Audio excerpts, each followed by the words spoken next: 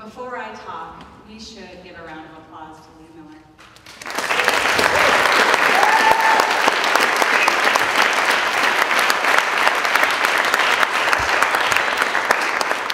I don't know anyone else whose public library puts on a TEDx event, and I'm pretty proud of that. I would like also for us to honor Regan de Victoria, who is unable to be here tonight because of a death in the family, but who helped in large part organize this event. So how about a round of applause?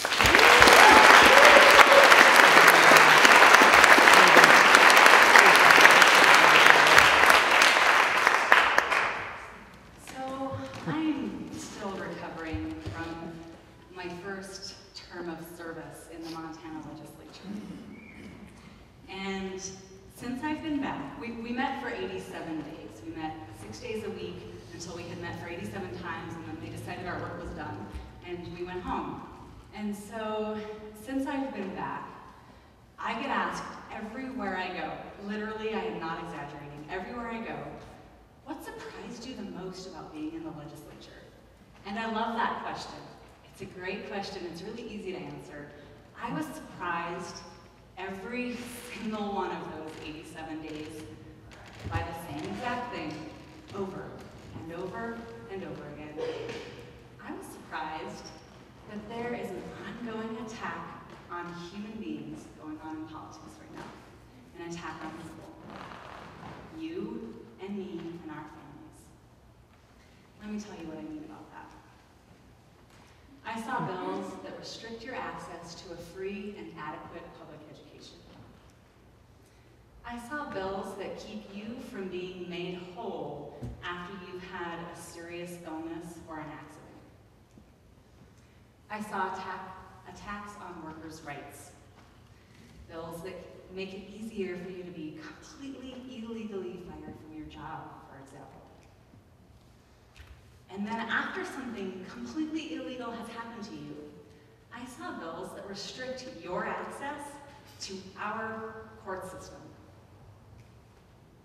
Of course, I saw bills to increase your taxes. I saw bills that restrict your access to our public land, the land that we own together. I saw bills that restrict your access to the quality and quantity of clean water that you need to survive. I am literally talking about a full-on assault on people. You know what's bad news? Right? I'm going to spend the next few minutes trying to convince you that you can fix this. You can stop this war on people. And it's real easy. All you have to do is show up and say yes. And it's about time that you did. I know that you know someone, or maybe you have said, those politicians, they don't come from where I come from, they don't get me, they're a different kind of breed altogether. There's nothing I could do to make a difference. The system's too big, it can't be changed. I have said that before. I know people are unhappy with our situation. People are feeling disenfranchised, and people are seriously apathetic. They're not even participating in the most basic way. In Butte Silver Bow, our voter turnout in the last election was 62%. There were 100 people who were able to get seats tonight. That means that out of you 100 people, 38 of you did not even bother to vote. You're able to. Nothing prevents you from it. You're probably registered, but you did not exercise one of your most basic rights in order to have a voice in the decisions that affect you every single day. When you combine that kind of apathy with this kind of inaction, you're sending a message to the people in power that says, you don't know me, you don't know where I come from, I'm not even going to try to start a dialogue to change that, because it would not make a difference anyhow. But I really hope that someday, somewhere, somehow, somebody does something to fix this mess. But it's not going to be easy. One of the rules of this TEDx event is to not use polarizing us versus them language. So here's my disclaimer. I am not using us versus them language. I am just saying that the people who are making the decisions that affect you every single day are operating in a vacuum because you're not participating. And I know that one of the main arguments to participate is that I couldn't make a difference. A person like me could not infiltrate that system. So I want to tell you a story. I want to tell you a story about a little girl. Her parents were divorced by the time she was 4. She was raised by her mom, who struggled with often completely debilitating mental illness. They were on government assistance. They bought their groceries with food stamps. They had their water disconnected, their phone disconnected, their heat, their electricity disconnected several times. She and her brother saw their dad on Tuesdays and Thursdays and every other Saturday, but they had to walk to the post office, the mailbox, excuse me, they had to walk to the mailbox at the end of the street because he couldn't drive to the house because of the restraining order against him. Her grandpa and her uncle died in their jail cells after being picked up on charges related to their alcohol abuse. She has an aunt that is, at this moment, serving a sentence in federal women's prison on charges related to her heroin addiction. Her brother shot himself playing Russian roulette when he was 16 years old at a party. Both of her parents had dropped out of high school and gotten their GEDs. Every single woman in her family had had babies and maybe or maybe not was married in their early 20s. All she wanted was more. She didn't know how, she didn't know why, but she knew there had to be something more. And I bet that's a feeling that a lot of you have also. There has got to be more than this. She asked her mom, how are we gonna pay for college? I mean, we're talking like at the age of 6 or 7. Mom, how are we gonna afford to pay for college? Her mom said, we're not. If you would have told that little girl that she was gonna grow up to be a state representative someday, she would have had a really hard time believing. You've probably guessed by now that I'm talking about me. I tell this story for a couple of reasons, and I know that you're sitting out there and you're feeling so sorry for me right now.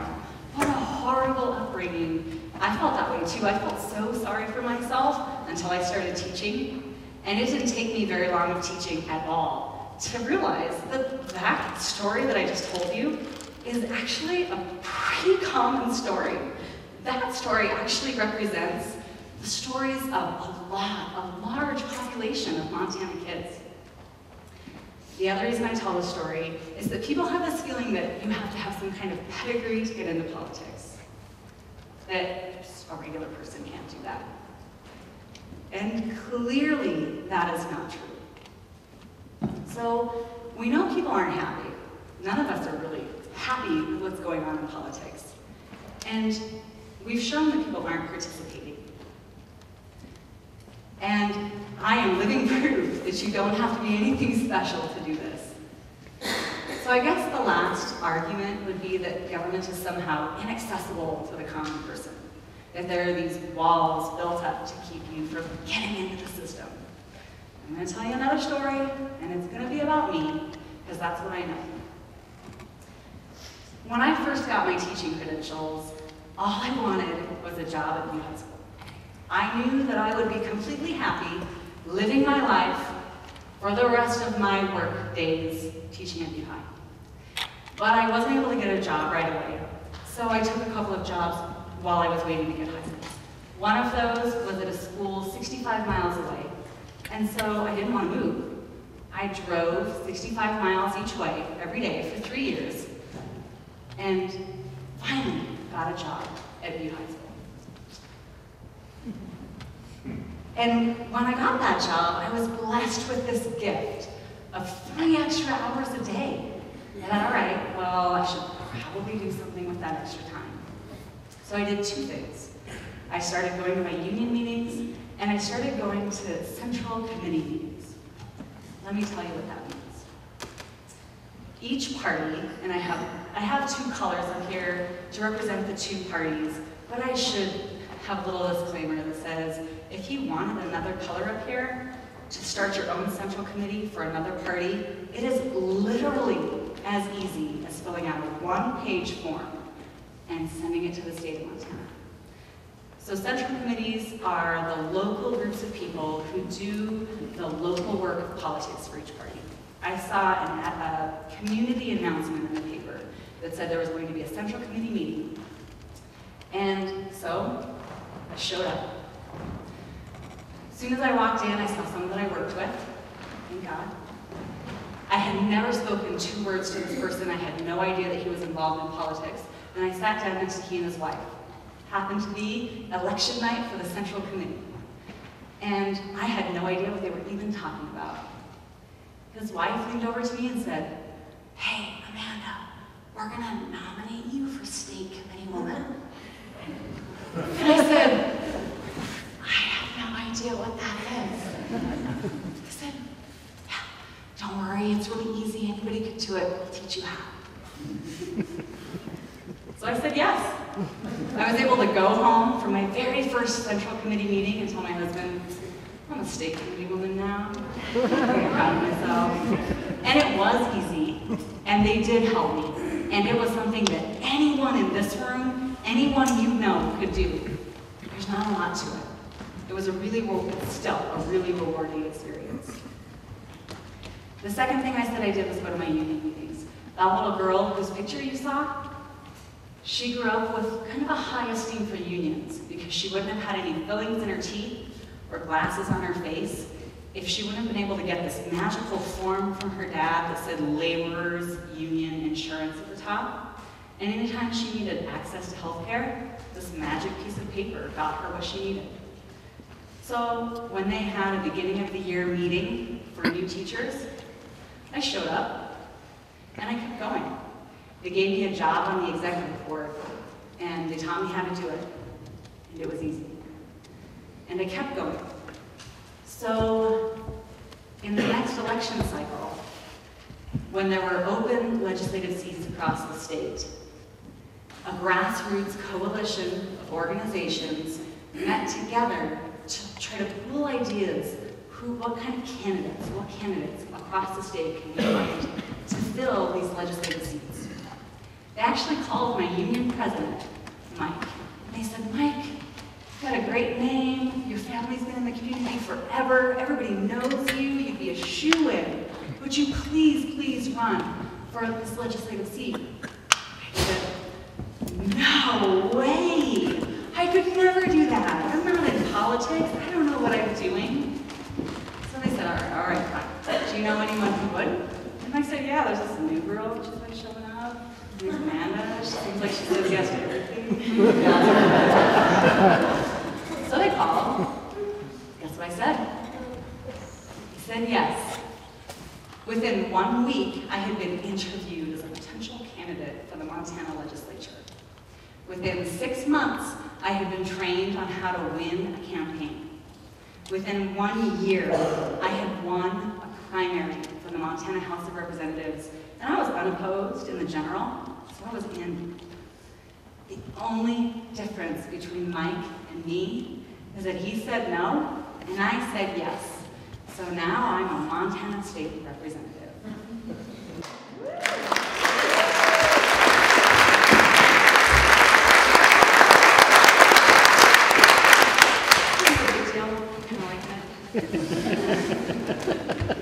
You don't have to be from a political family. There are no walls keeping you from participating. You don't need someone's permission to do this. You have what it takes because you live your life and you're you. You're qualified to make the decisions that affect you and your family every day. We are the government of the people, by the people, for the people. And when they wrote people, they meant you. People. people is you. I'm not saying you need to run for the legislature. There are hundreds of local opportunities to make a difference by getting involved. Pick something you're interested in. Pick something that's close to your heart. Maybe it's your parent-teacher organization. Maybe it's your school board. Maybe it's the county commission. Maybe it's the sewer board. I don't know. Whatever floats your boat. You can't make a difference if you're not involved. First of all of you should be voting. And after that, I promise you, all you need to do to make a difference is to show up and say yes.